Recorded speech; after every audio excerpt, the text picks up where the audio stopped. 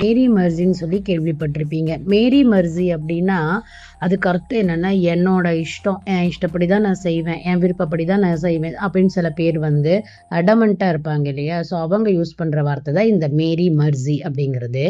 So யஹ் மேரி மர்ஜி ஹே, இதுதான் என் விருப்பம், இதுதான் என் இஷ்டம் அப்படின்னு சொல்றதுக்கு யஹ் மேரி மர்ஜி ஹே அப்படின்னு சொல்லலாம்.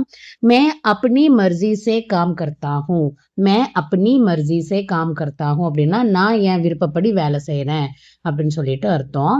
அதே மாதிரி சப் குச் மேரி மர்ஜி சே ஹோகா, சப் குச் மேரி மர்ஜி சே ஹோகா அப்படின்னா எல்லாம் என் விருப்பப்படி தான் நடக்கும். சிலவங்க சொல்லுவாங்க இல்லையா, எல்லாம் என் விருப்பப்படி தான் நடக்கணும்னு. ஸோ அதுக்கு என்ன சொல்லலாம் அப்படின்னா சப் குச் மேரி மர்ஜி சே ஹோகா.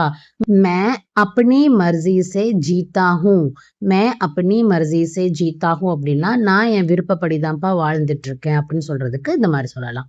இப்போ என் வாழ்க்கை என் விருப்பம் அப்படின்னு அதாவது என் வாழ்க்கை என் இஷ்டம் அப்படின்னு சொல்றோம் இல்லையா? ஸோ அதுக்கு என்ன சொல்லலாம்? மேரி ஜிந்தகி டேஷ். கமெண்ட் பண்ணுங்க.